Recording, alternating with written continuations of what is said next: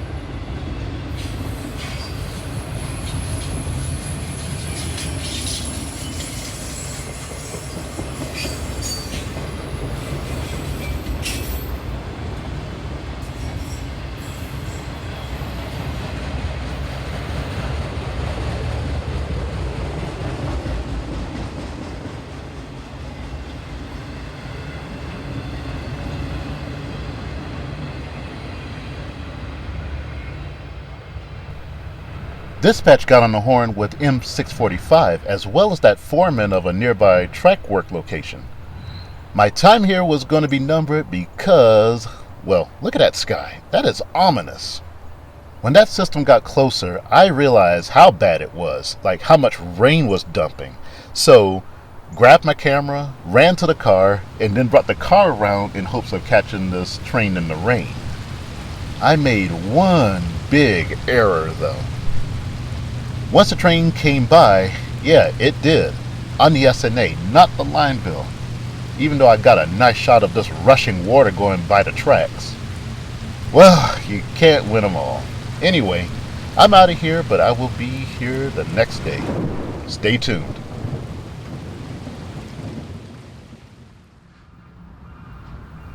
As promised, I'm back out here the next day. And no rain this time. At least for now. Let's just keep that way, okay? Anyway, the same track crew is out here again, and my timing was good because the foreman was talking to M649. Speaking of which, that's him right there, coming up the tracks. 64909 South, Clear Murray, 6134.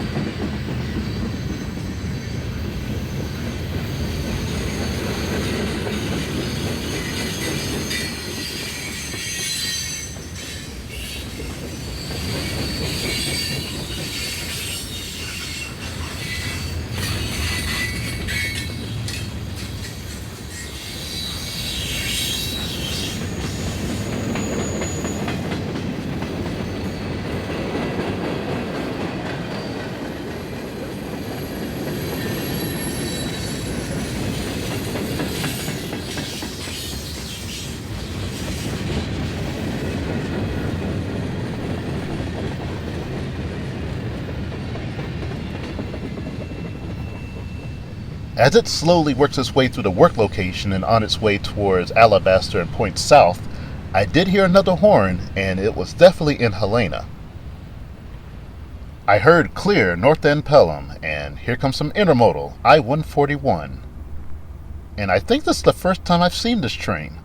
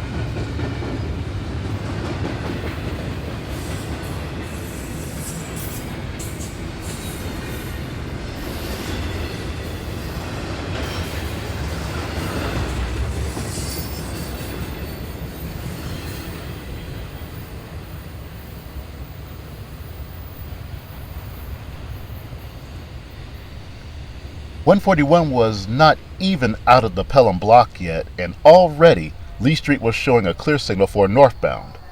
The question is, where is it and how far away? Not only that, S&A livens up again with another southbound, and it was closer thanks to the communication with them and the foreman. We get some loaded coal, C248.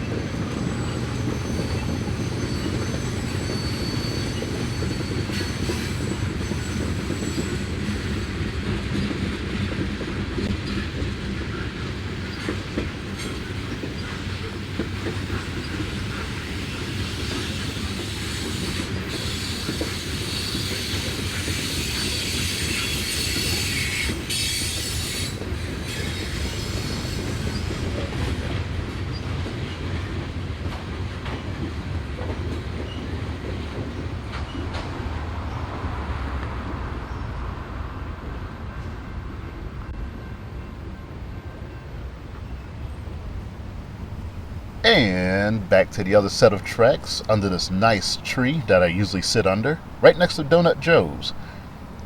I gotta tell you, whatever they're whipping up right now, it smells good, especially with that maple syrup. Man, that scent is just wow. Anyway, while still waiting, this is the radio or scanner I'm using now. It's a Bofeng UV5R. My past two have bit the dust. I mean, I can't even get a radio call or any kind of transmission out of them. But this thing is nice. I can only use 2 channels right now, but the range is great. I mean, I can hear as far as Parkwood Junction to the north, or sometimes even Oxmoor, depending on the day and the train's radio. Yet again, another train almost sneaks up on me. It was already in the block and crossed that dirt road crossing. Northbound Stacks I-126.